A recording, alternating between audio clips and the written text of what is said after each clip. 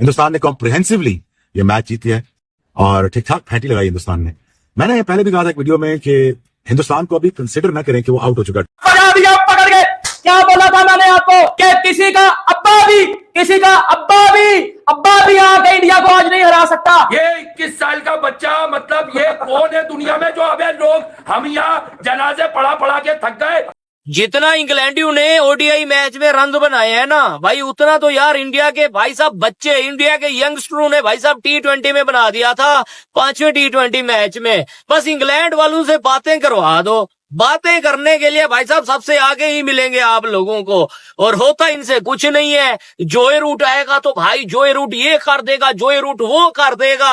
क्या कमाल की विन हासिल की है इंडिया ने, यकीन करे मैच देखकर मजा आ गया। मतलब मेरे पास वर्ड्स नहीं है लिटरली यार, इतना भी कोई मतलब जुल्म करता है। मैं वो कह रहा हूँ कि भाई हमें जाने दो, हमें नहीं खेलना इंडिया के साथ, हम यहाँ पर तो हम तो खेलने आए थे, हम तो खुद मतलब हमारे साथ खिलवाड़ हो गया। अब ये हर्षित राणा आपके सामने है, इसने 2 मैचेस खेले व्हाइट बॉल के। T20 के अंदर इसने डेब्यू किया, 3 विकेट लेके चला गया। ओडीआई के अंदर इसने डेब्यू किया, 75 के ऊपर 0 था इंग्लैंड, 75 में 0 था भाई साहब, 0, और इसने तीनों के तीनों विकेट लेके चला गया। 77 के ऊपर के 3 आउट हो गए। कमाल की गेंदबाजी रही है भारतीय टीम की। पहले 10 ओवर के बाद से अंतिम के 40 ओवर में कैसे अंग्रेजों के पसीने छुड़ाने हैं, कैसे उनके छक्के छुड़ाने हैं, वो सब कुछ भारतीय टीम के पास में नजर आया है। कमाल की गेंदबाजी टीम इंडिया की रही है, ताली बजनी चाहिए टीम इंडिया के गेंदबाजों के लिए। जबरदस्त तरीके से भारतीय टीम ने इस मुकाबले के अंदर में अपने आप को जो है वापस लेकर के आए हैं। बेहतरीन परफॉर्म करेगा इंडिया, हमेशा की तरह जिस तरह से करता है। उनको गेम की ना सेंस है, they know how to bounce back. वो हमारी तरह नहीं है कि मतलब पता भी नहीं है कि क्या किस तरह से खेल रहे हैं। दे एक्चुअली नो यार, हमेशा से बाउंस बैक करते हैं गेम में। ये इंडिया की चीज है, हमेशा से तारीख रही है उनकी कि उन्होंने हमेशा बाउंस बैक किया है। 248 इस पिच के ऊपर कोई ज्यादा नहीं है, कम स्कोर है, टेंशन मत लो, यहाँ पे चेज होगा। भारत की जो टीम है ना, वो बड़ी स्ट्रॉन्ग टीम है, वो चेस करने की काबिलियत रखती है। जायसवाल ओपनर है, रोहित शर्मा जिसको कहता है ना ओपनिंग कर रहे हैं। मजे की चीज बताऊं क्या है, अभी देखना पड़ेगा जिस तरीके से अभिषेक शर्मा ने, जोफ्रा आर्चर हो गया और बाकी बॉलर्स हो गए, उनको मार मार के बुरा हाल किया हुआ था।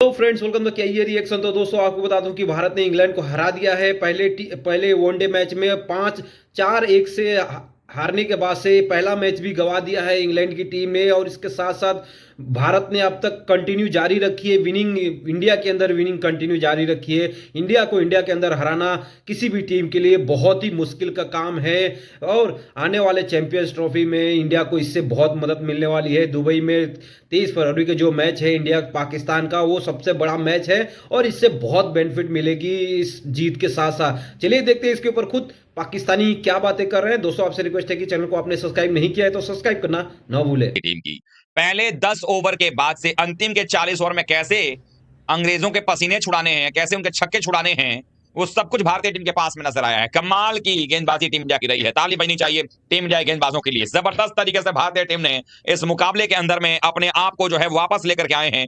248 रन पर ऑल आउट हो गई है इंग्लैंड की टीम। और ये एक बार फिर से अगर मैं कहूं तो जो आपने देखा होगा कि आप समझें कि जिस तरीके से पहले T20 मुकाबले के अंदर में 22 तारीख को हमने देखा था, कोलकाता के अंदर में टीम इंडिया ने ऑल आउट कर दिया था आखिरी गेंद पर 20वें ओवर की इंग्लैंड की टीम को पहले बैटिंग करते हुए, और उसके बाद अगर हम देखें यहां पर, तो यहां पर भी इंग्लैंड पहले बैटिंग कर रहा था। इस बार अंतर सिर्फ ये तक, इस बार टॉस जीता था इंग्लैंड ने, उस बार टॉस हारे थे, और टॉस जीतने के बाद पहले बैटिंग करते हुए इस बार जिस तरीके से उनकी टीम 248 रन पर ऑल आउट हुई है, कहीं ना कहीं जो है वो भारतीय टीम ने इस मुकाबले के अंदर में अपने आप को टॉप पर पहुंचाया है। और इस बात को मानना पड़ेगा कि टीम इंडिया इस वक्त इस मुकाबले में सबसे आला है और बेहतरीन तरीके से भारतीय टीम में कप्तानी करते नजर आए हैं कप्तान रोहित शर्मा। इंग्लैंड की पारी जरा देखिए किस तरीके से ढहती नजर आई है। सबसे पहले शुरुआत ओपनर्स ने बड़ी धमाकेदार अंदाज में की। फिलिप सॉल्ट लगता है कि T20 का फॉर्म कंटिन्यू कर रहे थे। 26 बॉल 43 रन, 5 चौके 3 छक्के, 165 का स्ट्राइक रेट था, लेकिन रनआउट हो गए। श्रेयस अय्यर और राहुल ने मिलकर के रनआउट किया। श्रेयस अय्यर ने बाउंड्री से थ्रो किया था, केएल राहुल ने आसान सा रनआउट किया, और तीसरा रन लेने के चक्कर में फिल सॉल्ट आउट हुए थे बेन डकेट के साथ में। उसके बाद अगले ही ओवर में बेन डकेट भी निपट गए, 29 बॉल में 32 बनाए उन्होंने, 6 चौके लगाए, वो आउट। उसके बाद जो गाड़ी पटरी से उतरी है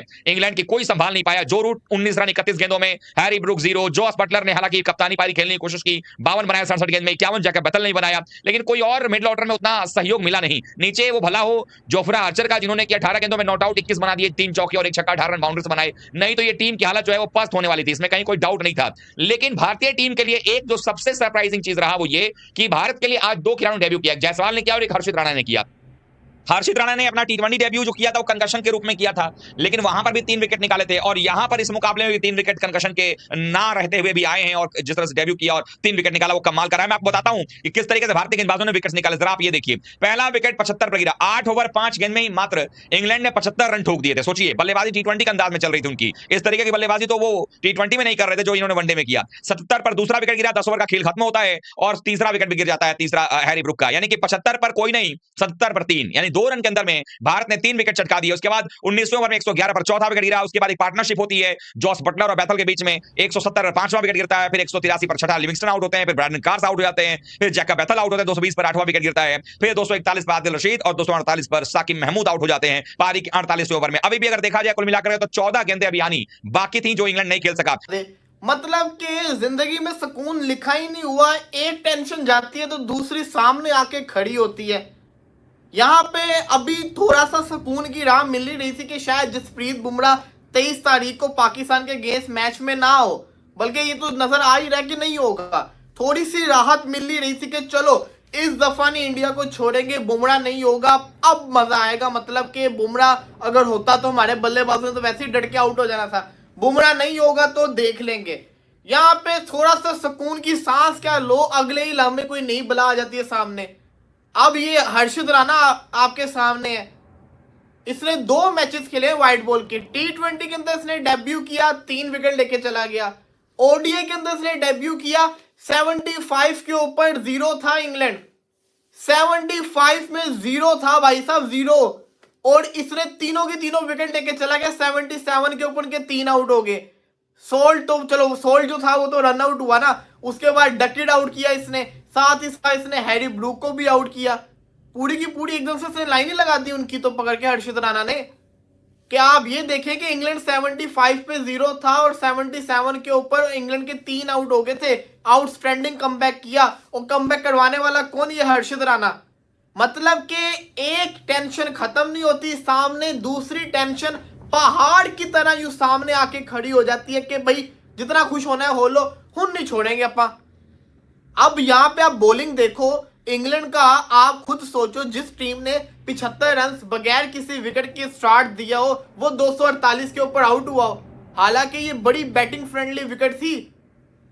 पहले हर्षित राणा फिर जडेजा, आउटस्टैंडिंग बॉलिंग की गई। आज तो हर्षदीप भी नहीं खेल रहा था भाई साहब, उन्होंने हर्षित राणा को खिलाया हुआ था। बॉलर है, 145 की पेस से बॉलिंग कर रहा होता है, मुंह के ऊपर बॉल मार रहा होता है, पेस भी इसके पास है, लाइन और लेंथ भी है। हालांकि इसको सोल्ट ने 26 मारा था एक ओवर के अंदर, फिलिप सोल्ट ने इसको बड़ा फेंटा भी लगाया था, लेकिन उसके बाद वो डरा नहीं, उसने विकेट तो निकाली ना, विकेटें वो लेके गया और पूरी की पूरी विकेटें ही लेके चला गया वो। अब कहने का मकसद ये है कि इस वक्त अगर आप बात कर रहे हो कि ये जो हर्षित राणा है ये बुमराह को रिप्लेस करने वाला है चैंपियंस ट्रॉफी के स्क्वाड के अंदर, हर्षित राणा जो है बहुत जल्दी, ये ओडीआई सीरीज का पार्ट था ना, अब ये आने वाले दिनों के अंदर, जैसे आज मार्कस स्टोइनिस रिटायर्ड हो गया, पैट कमिंग्स, हेजलवुड बाहर हो गए, अब आपको खबर है कि जसप्रीत बुमराह भी बाहर होने वाला है, उसकी भी खबर आने वाली है। तो Harshit Rana is going to replace Jasprit Singh Bumrah, और ये कोई बुरी रिप्लेसमेंट नहीं है, ये अच्छी रिप्लेसमेंट है। ये विकेट निकालने वाला बॉलर है, ये विकेट निकालता है, विकेट टेकर बॉलर है। इसके बाद पेस है, एक तो जो पेस मिसिंग था एलिमेंट, वो पेस इसके पास है। ऊपर से ये एक नया बॉलर है, लड़कों ने इसको खेला नहीं हुआ था, प्लेयर्स ने, वो विकेट निकाल लेता होता है। हालांकि आज वो जैकब लड़के ने थोड़ा अच्छा खेला, जॉस बटलर ने अच्छा खेला, फिलिप सोल्ट भी अच्छा खेल के गया, लेकिन जो बेन डकेट को इसने आउट किया था ना, जो कैच पकड़ा गया, ओए होए होए होए होए होए, जायसवाल ने जो कैच पकड़ लिया ना, और एक श्रेयस अय्यर का रन आउट, फील्डिंग बड़ी जबरदस्त थी। ट्रेविस हेड का वो कैच फाइनल वाला रोहित शर्मा का, और जायसवाल का ये कैच बिल्कुल सेम टू सेम कैच थे। बड़ा हवा के अंदर ऑपोजिट डायरेक्शन में भागते हुए जो जायसवाल ने कैच पकड़ा है ना, कैचेस विन द मैचेस। दोस्तों देखा आपने किस तरह से पाकिस्तान मीडिया पहले ही कह चुका था, जो मेरे लास्ट की वीडियो में मैंने बताया था कि किस तरह से पाकिस्तान मीडिया चर्चा कर रहा है कि इंग्लैंड भारत के अंदर हराना बहुत ही मुश्किल है, और ये एक तरह से नामुमकिन का काम है इंग्लैंड को, भारत को हराना भारत के अंदर से।